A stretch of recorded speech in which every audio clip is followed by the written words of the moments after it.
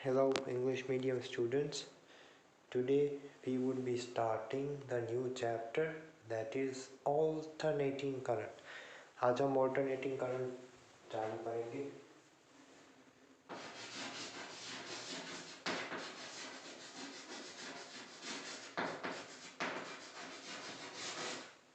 Alternating current बहुत ही interesting chapter है.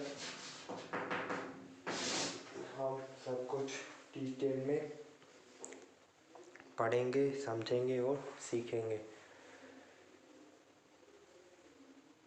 तो सबसे पहले मैं आपको बता दूं, जो हमारा जो जीईबी है, गुजरात इलेक्ट्रिक बोर्ड या फिर गुजरात इलेक्ट्रिसिटी बोर्ड, वो जो हमारे घर पे वोल्टेज आता है वो ऑल्टरनेटिंग वोल्टेज होता है. क्या होता है?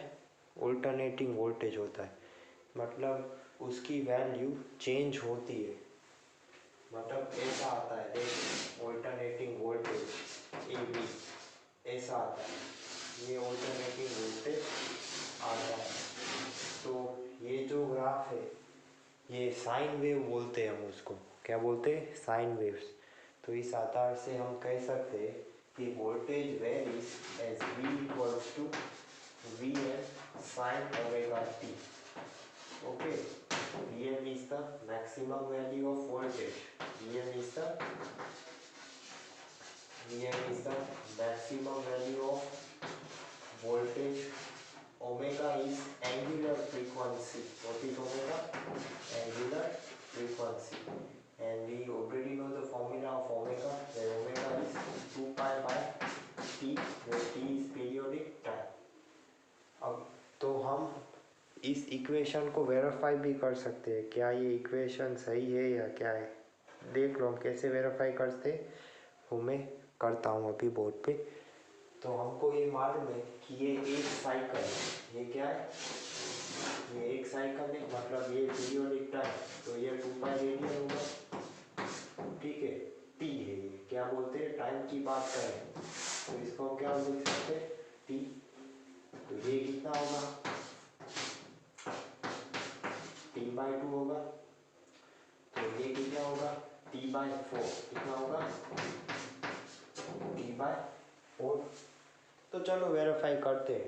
पहले टाइम लेते हैं, टी बाई 4 में देखते हैं वोल्टेज की वैल्यू क्या आती है. तो डाल दो इधर V equals to V M sine omega की जगह क्या लिखूंगा मैं? 2 pi by T. Periodic time, time कितना लिया हमने? T by 4. टी बाई 4 लो, टी टी निकल जाएगा और ये 2 आ जाएगा. तो मैक्सिमम वैल्यू ऑफ वोल्टेज क्या आएगी? V will be equal to Vm sin pi by 2. Sin pi by 2 मतलब क्या? Sin pi by 2 is 1. So value of voltage would be Vm, that is maximum value of voltage. ठीक है. तो voltage की value plus Vm और minus Vm के बीच में fluctuate होगी. क्लियर? तो एक बार और देख लो, इधर समझ लो इसको. ये एक पीरियोडिक साइकिल है. तो ये हाफ साइकिल में करंट की डायरेक्शन मान लो ऐसी थी, तो दूसरे हाफ साइकिल में करंट की डायरेक्शन ऐसी होगी. ठीक है. मतलब हर हाफ साइकिल के बाद करंट अपनी डायरेक्शन बदलेगा, अगर हम करंट की बात करें तो. ठीक है. इसीलिए हम उसको बोलते हैं ऑल्टरनेटिंग करंट. ठीक है. ये जो मैंने आपको करवाया है, ये सब कुछ मैंने वोल्टेज को लेके करवाया है. ठीक है. तो आज से पहले हमने कभी एसी सोर्स नहीं लिया था, तो इधर हम एसी सोर्स लेंगे. तो हम एसी सोर्स पहले हम लगाएंगे रेजिस्टर को, बाद में इंडक्टर को और बाद में कैपेसिटर को. उसमें समझेंगे क्या आता है, क्या है, क्या नहीं है, सब कुछ समझेंगे डिटेल में. और बाद में तीनों साथ में ले लेंगे. RLC सर्किट बोलते हैं उसको. क्या बोलते हैं? RLC series circuit. तो चलो मैं रेजिस्टर लेके करता हूँ चालू.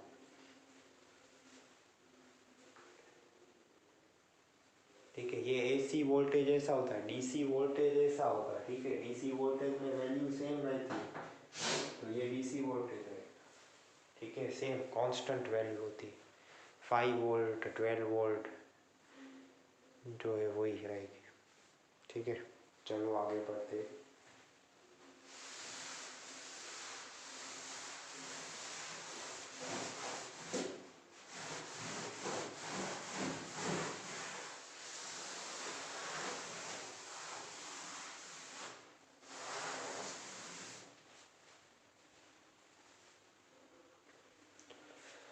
अभी हम रेसिस्टर को एसी सोर्स कनेक्ट करेंगे,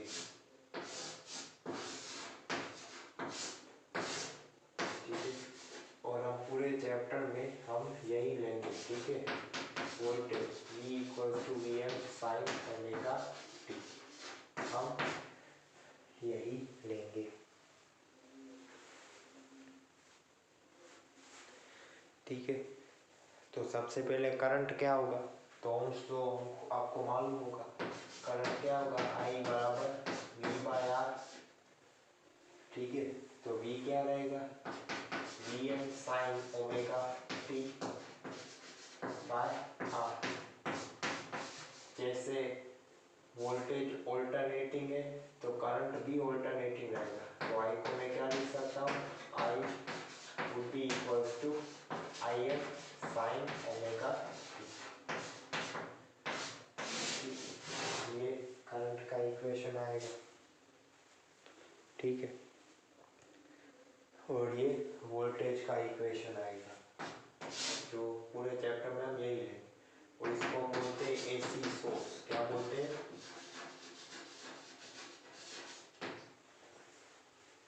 क्या बोलते हैं इसको, एसी सोर्स। अभी पावर, पावर क्या होगा वो भी निकाल दे। पावर हमको मालूम है कि पावर क्या आता है, V इंटू आई, हाँ आप सही हो, वो भी आता है। और पावर को मैं ऐसे भी लिख सकता हूँ आई स्क्वायर, तो मैं इधर पावर को मैं आई स्क्वायर आर लिखूँगा, क्योंकि इधर हम कॉन्सेप्ट इंट्रोड्यूस करते हैं RMS वैल्यू का। We introduce the concept of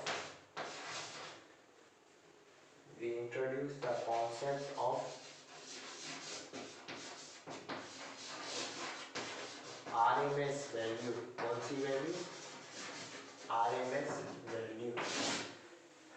RMS मतलब रूट मीन स्क्वायर, क्या बोलते हैं RMS मतलब, रूट मीन स्क्वायर। इसका मतलब क्या, पहले हम स्क्वायर करेंगे, बाद में एवरेज निकालेंगे, मीन मतलब एवरेज, और इसका स्क्वायर रूट करेंगे, ठीक है। तो देखो इधर ये जो आई स्क्वायर है, मतलब इसका हमको IRMS वैल्यू निकालनी पड़ेगी। क्या निकालनी पड़ेगी, RMS वैल्यू निकालनी पड़ेगी पावर की। तो मतलब इधर करंट आएगी, तो देखो करंट क्या है, पहले लिखते हैं।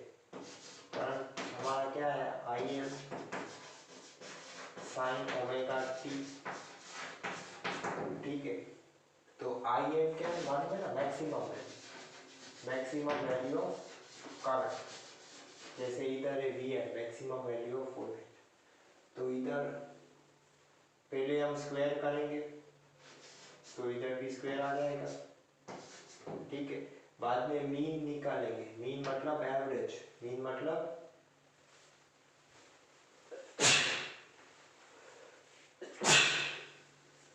I beg your pardon.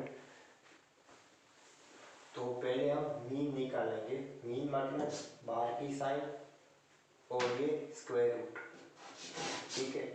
तो ये IRMS होता है, तो ये सब कुछ इसका हम निकालेंगे, ठीक है। ये सब कुछ इसका हम निकालेंगे, तो समझना ध्यान से।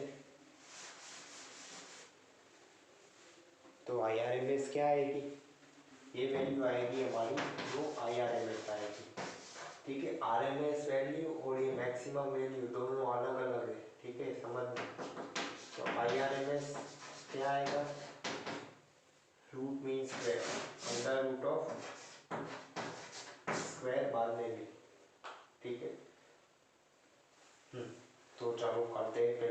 स्क्वायर लिखते हैं, बाद में हम उसकी एवरेज वैल्यू निकालेंगे और एवरेज वैल्यू हम निकालेंगे पीरियोडिक साइकिल में, ठीक है, पीरियोडिक साइकिल टी में। तो चलो निकालते हैं। तो आई स्क्वायर क्या आएगा हमारा, I square M sine square omega T. अब इसकी एवरेज वैल्यू निकालनी पड़ेगी, तो आई स्क्वायर एम। अभी देखो इस फंक्शन की एवरेज वैल्यू निकालने के लिए ये फॉर्मूला है हमारे पास, एफ ऑफ टी हमेशा 1/t into integration 0 to T F of T into D T, ठीक है।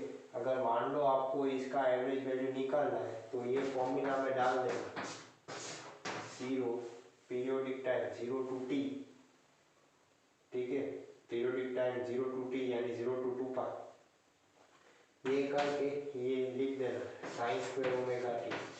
और जब आप इसको सॉल्व करेंगे तो इसकी वैल्यू 1/2 आएगी। इसकी वैल्यू क्या आएगी, 1/2। मैथ्स वालों को इंटीग्रेशन का मालूम होगा, साइन स्क्वायर को हम लिखेंगे 1 minus cos 2 omega T by 2।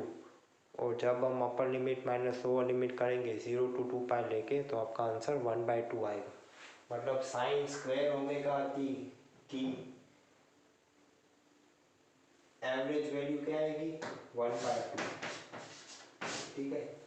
और बाय वाले ये याद रख लेना, साइन स्क्वायर की 1/2, कॉस स्क्वायर की भी 1/2, जब भी स्क्वायर आए तो 1/2, ठीक है।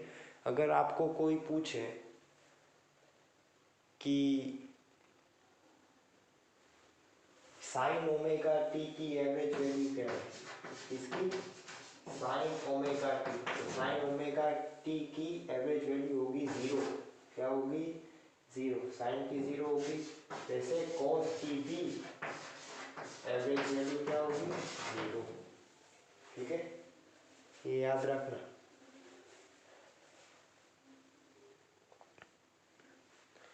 ठीक, चलो तो आई स्क्वायर क्या आएगा हमारा आया /2।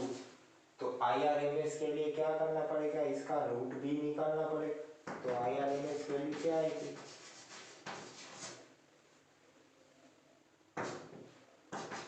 अंडर रूट, इसका अंडर रूट मतलब ये, मतलब आई स्क्वायर एम बाय 2, मतलब IRMS वैल्यू क्या आएगी करंट की, IM बाय √2, क्या आएगी IM बाय √2। और मैं आपको बता दूं, जो 220 वोल्ट है आपको मालूम होगा, तो जो 220 वैल्यू है वो RMS वैल्यू है। कौन सी वैल्यू है, RMS वैल्यू है। तो आपको मान लो आपको वोल्टेज का मैक्सिमम वैल्यू निकालना है, तो उसे √2 के साथ मल्टीप्लाई करना पड़ेगा। क्या करना पड़ेगा, मल्टीप्लाई, ठीक है। जैसे करंट का ये फॉर्मूला है IRMS का, तो ये भी VRMS ही है, ठीक है।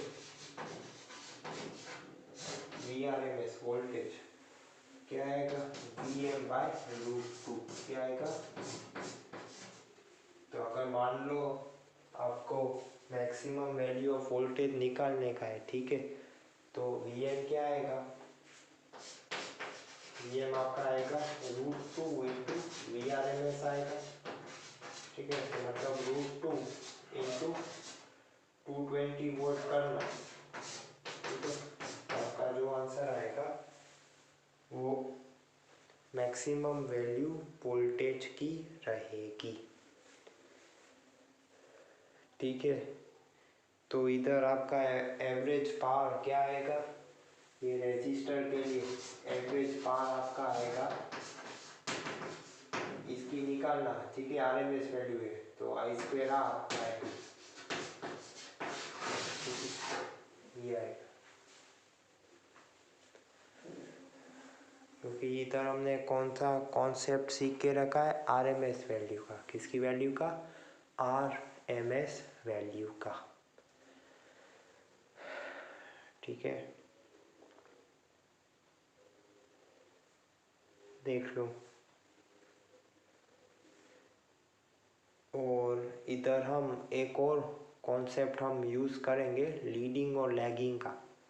लीडिंग और लैगिंग का इधर आप देख सकते हो साफ साफ कि वोल्टेज के इक्वेशन में और करंट के इक्वेशन में साइन ही है, मतलब there would not be any phase difference between current and voltage.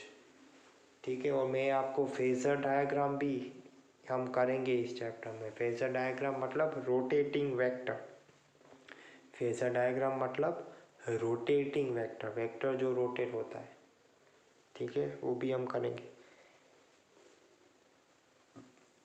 और लीडिंग और लैगिंग का कॉन्सेप्ट आप याद रखना। ठीक है, बहुत इम्पोर्टेंट है। हमको कैसे पता चलेगा, तो इक्वेशंस देख के हमको पता चलेगा कि लीडिंग कर रहा है या फिर लैगिंग कर रहा है। इधर देखो दोनों वोल्टेज और करंट के इक्वेशन में दोनों साइन है। इसका मतलब क्या, there would not be any phase difference, there would not be there would not be any phase difference, any phase difference between voltage and current, between voltage and current, कोई भी phase difference नहीं आएगा। ठीक है, तो चलो एक बार मैं वेव फॉर्म्स भी बना लेता हूँ, क्योंकि मैं वेव फॉर्म्स ड्रॉ करूँगा कैपेसिटर के लिए, इंडक्टर के लिए। ठीक है, तो चलो वेव फॉर्म्स मैं आपको दिखा देता हूँ। तो ऐसा वेव फॉर्म्स आएगा।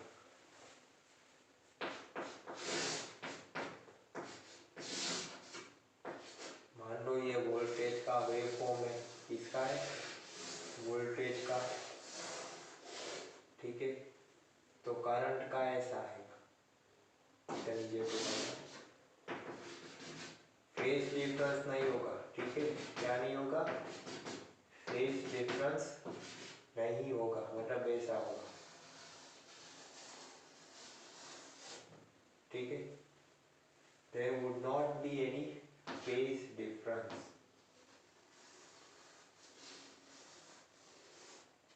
ठीक है, एक बार और लिख लेता हूँ, नो फेज डिफरेंस, नो